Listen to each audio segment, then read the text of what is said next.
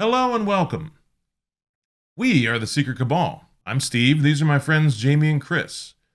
What's this show about, you might ask? Well, pretty much whatever I want to talk about. We will be traversing the rickety bridge that connects the board game industry with the fashion industry. That's right. From kooky cowboys to beastmen in thongs. We will be exploring some of the most egregious fashion faux pas to hit the board game industry. I present to you fashion disasters in board games. And stick around. By the end of this, you might feel a little bit better about your own style. If that's what you want to call that.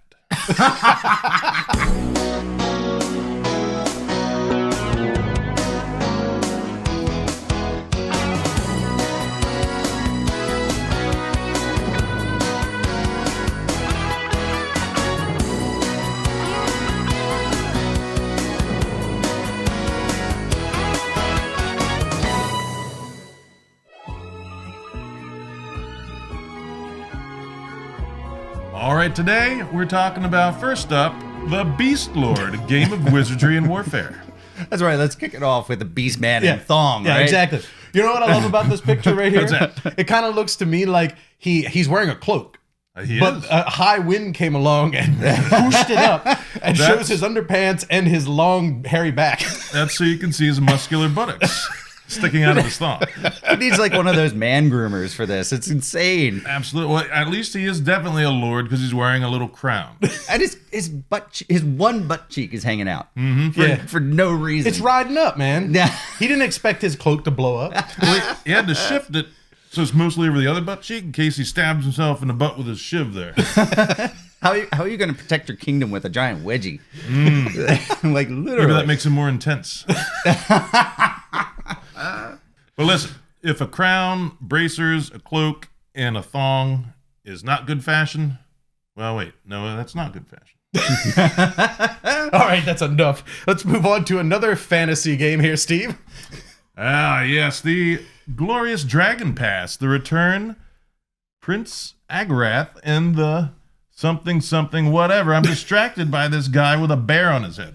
Yeah. It looks to me like he murdered a polar bear and wore its skin. Well, a baby polar bear because it's small enough. It's tiny. It's small enough to be on him. They're the worst fighters ever. They have like no armor whatsoever. Like, what's right. this bear cloak going to do? It's insane. It helps keep his body heated. And that dragon, it looks like his like.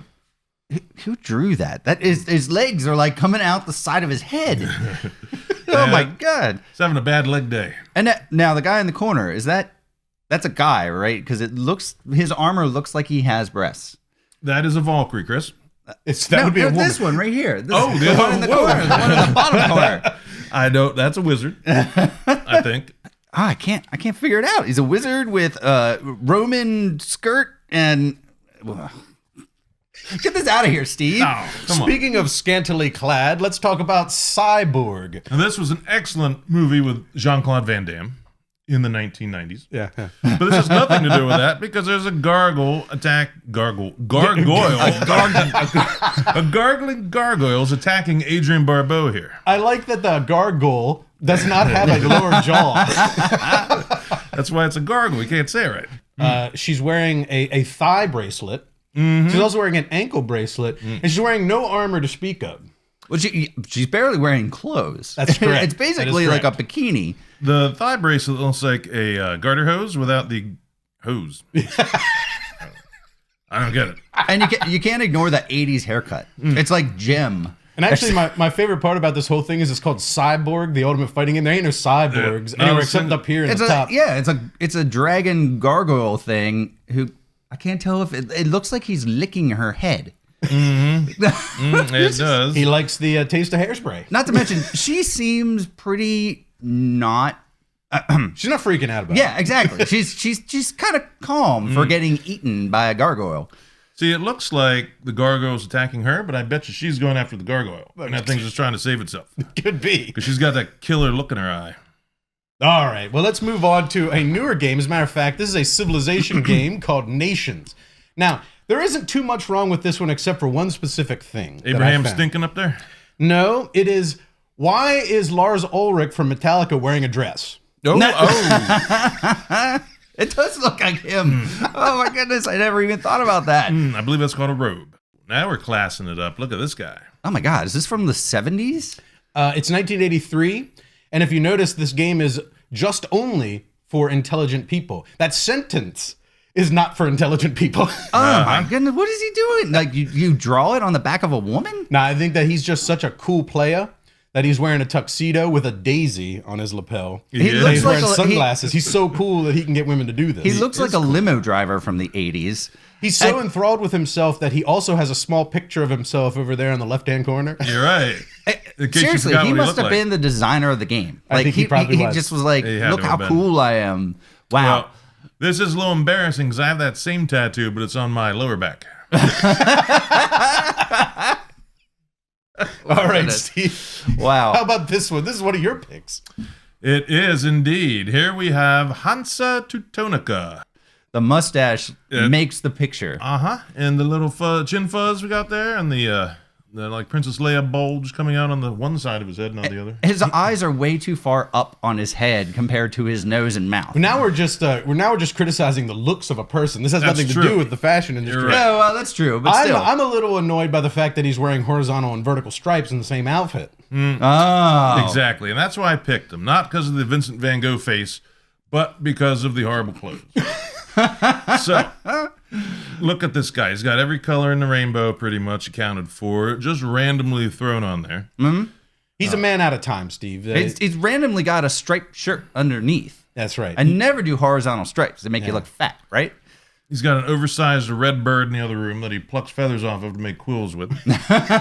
All right, well, we're complaining about how that guy looks.